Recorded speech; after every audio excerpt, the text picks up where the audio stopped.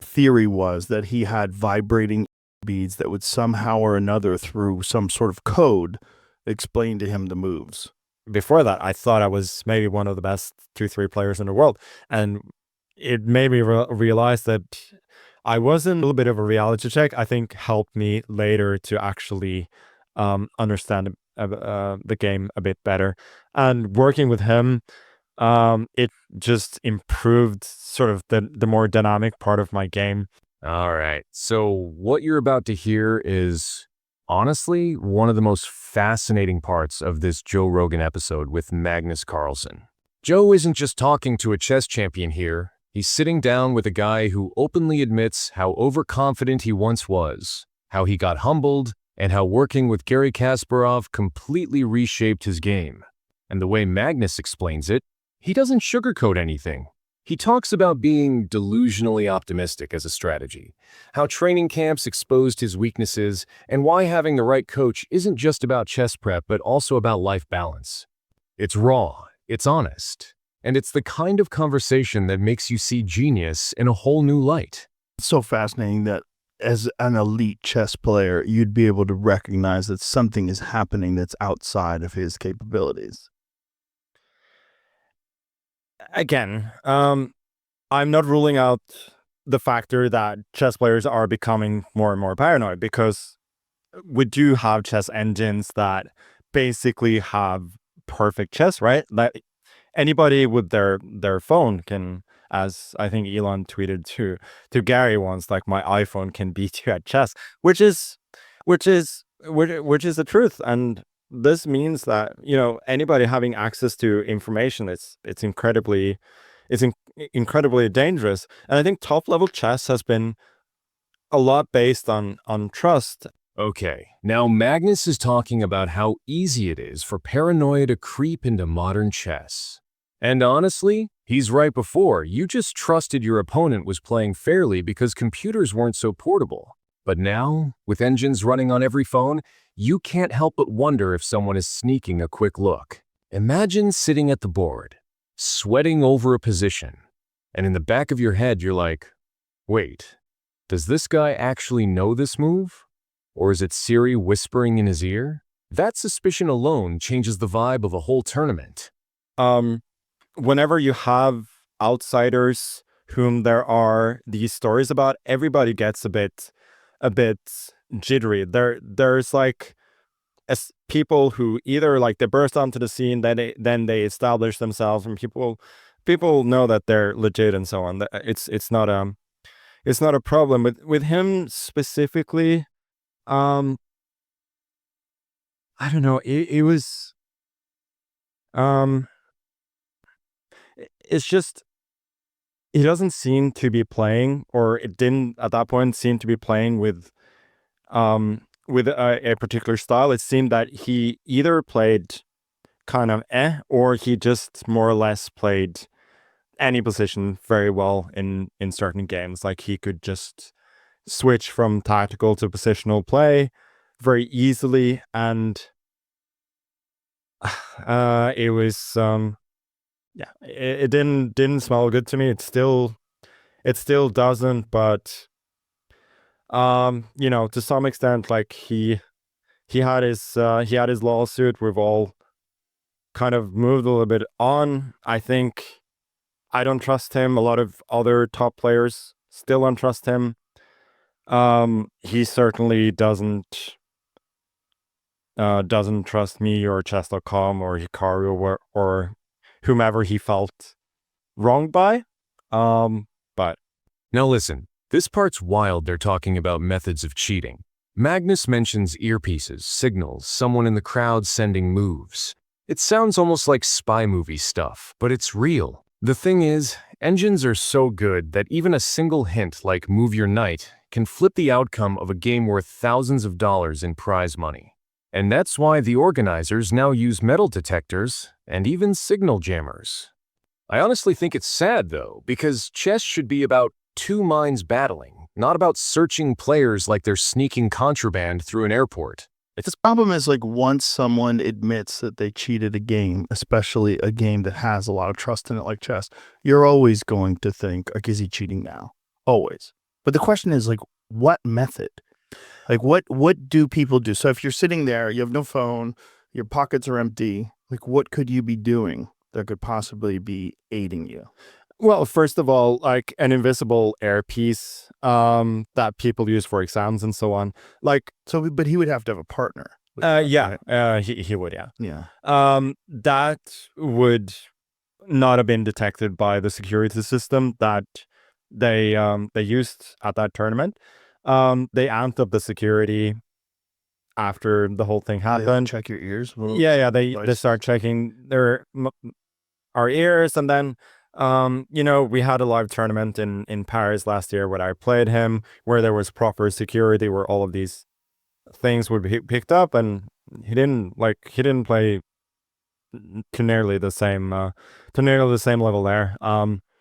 So I think well, I'm not an expert in all of that, but that's what I've heard from people, that that's like the most obvious thing that it could have that someone could have done, and it wouldn't be really that hard to pull off, considering the kind of security we have at chess tournaments. And this tournament had like a little bit of security. A lot of them, like open tournaments, people are like wandering in and out of the playing hall. There are people in the playing hall, like spectators with their smartphones on and taking pictures or whatever, like going in and out, like they could make signals. It's yeah, it's hard. It's a big problem in chess for sure. Okay, now here comes that crazy rumor. And you can hear Joe laughing, but Magnus kind of shrugs it off. The idea was that someone could get vibrations signaling engine moves through a hidden device. As absurd as it sounds, the fact it spread so widely shows just how much trust has eroded. People were ready to believe almost anything because the fear of engines is so strong. Honestly, that's the real problem. It doesn't matter if someone's innocent. The suspicion alone can stain careers. That's how powerful AI has become, not just in play, but in reputation. Yeah, the beads thing, for people who don't know what we're talking about. The theory was that he had vibrational beads that would somehow or another, through some sort of code, explain to him the moves.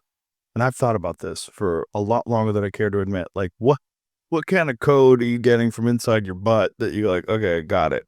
Well, it would be like, C4 or whatever. Like, it could tell you by... How would it say it in your butt? Well, I mean, Morse I don't to show you for...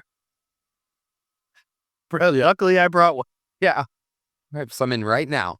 No, it would be like, it would buzz, right? It would buzz the letters and then the numbers that would indicate where you would move, and there would only be a piece or two. So like the first three vibrations would be letter C, and then, yeah, okay. It's just a sort of technological version of ways people have cheated before. There was a scandal back in 2010 where the captain of the French team was helping one of the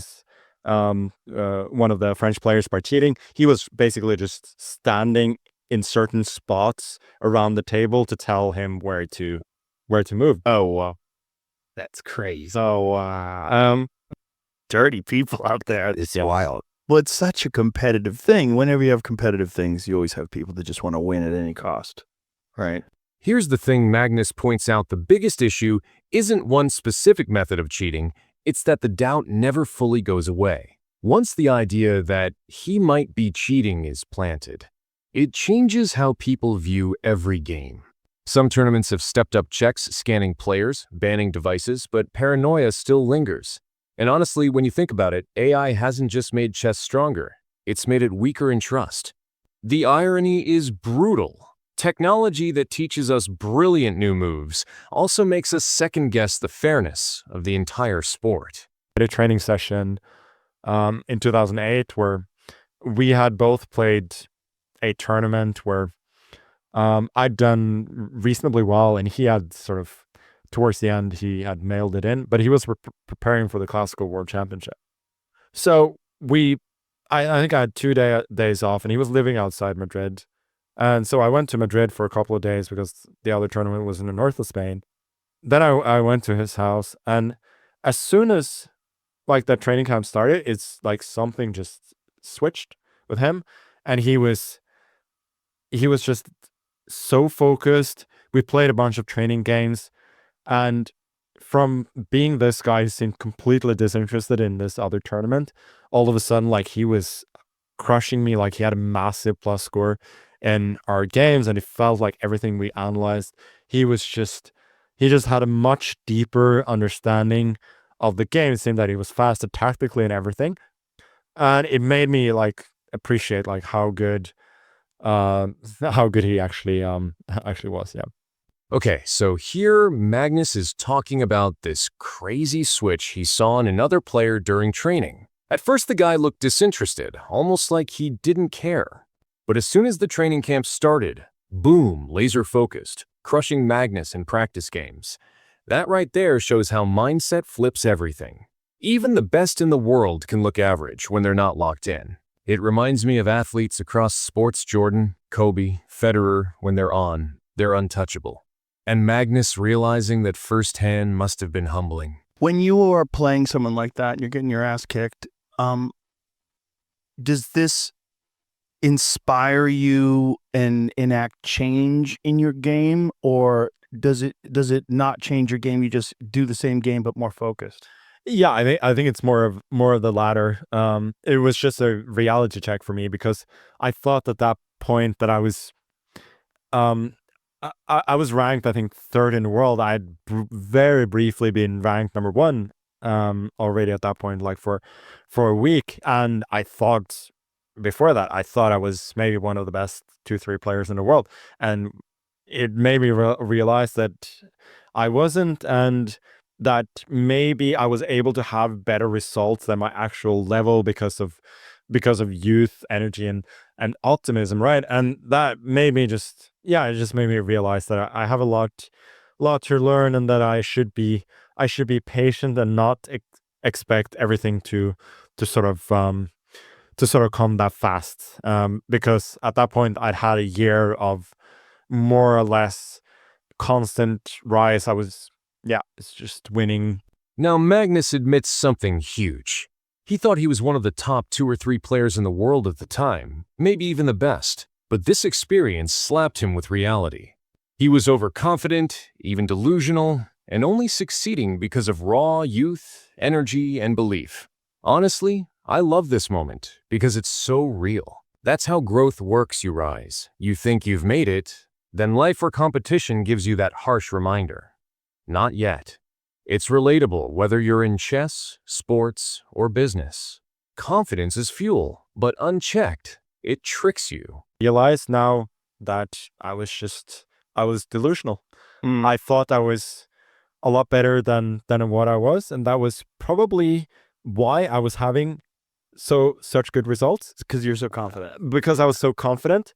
But having a little bit of a reality check, I think, helped me later to actually understand the game a bit better. But I've still taken away that I think in chess, like, the optimal state when you're playing a game is somewhere between optimistic and delusionally optimistic. Because if you're realistic, you're just never going to be opportunistic enough to sort of exploit your opponent's mistakes. I think another factor is the way you analyze things, that you were able to say, I was a little delusional. And even though I'm doing very well, I got to trust in this process of growth and development, and that it is a very, very long process. Here's the part I love. Magnus says the best state of mind in chess is somewhere between optimistic and delusionally optimistic. That's wild, but makes sense. If you're too realistic, you'll never take risks or capitalize on mistakes. You have to believe you can pull off crazy moves, even when maybe you shouldn't. That's true outside chess too, like entrepreneurs who chase ideas that look insane but end up changing the world. He's basically saying a little bit of delusion is necessary for greatness. Honestly, I couldn't agree more. What can a guy like Garry Kasparov tell you that makes you know that you know even less? Back then, it was really like my style has become a bit more dynamic over time, but back then I I really, really lacked understanding of more dynamic positions in chess. Like you can have like more static or more dynamics pawn structures. Like if there are a lot of possible pawn breaks for both sides and both kings are under attack, then it's sort of more dynamic and tactical, or it could be more about gaining some minute positional advantages. And that's sort of what I was excelling at, the latter.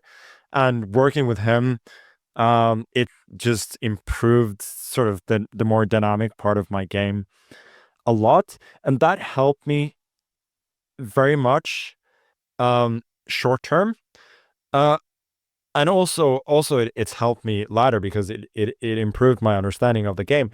Now Joe asks what a coach means to him today, and Magnus's answer is so down to earth. It's not some dramatic, "My coach is my everything." He says it's mostly opening prep, basically the technical low-hanging fruit. But also, it's friendship. It's comfort his coach is a fellow Dane, someone who speaks his language and even shares his obsession with golf. That human side of it is cool, because it shows being the best isn't just about raw brain power. It's also about connection, trust, and balance. Even in chess, having fun with golf matters for performance. My main strength is still more in the more static structures. But that work like made me so much more versatile, and I still definitely profit from that. And that's what makes this segment so powerful. Magnus Carlsen doesn't just flex about being the best. He admits he needed reality checks, he needed mentors, and that his confidence sometimes bordered on delusion. But instead of breaking him, that combination of humility and irrational belief is exactly what made him unstoppable. Add in Kasparov's mentorship and a trusted coach who also happens to share his love for golf, and you see the full picture. Greatness isn't built on talent alone. It's built on mindset, growth, and the people you trust to sharpen you. Honestly, you can feel why even Joe Rogan was just sitting there, stunned, taking it all in.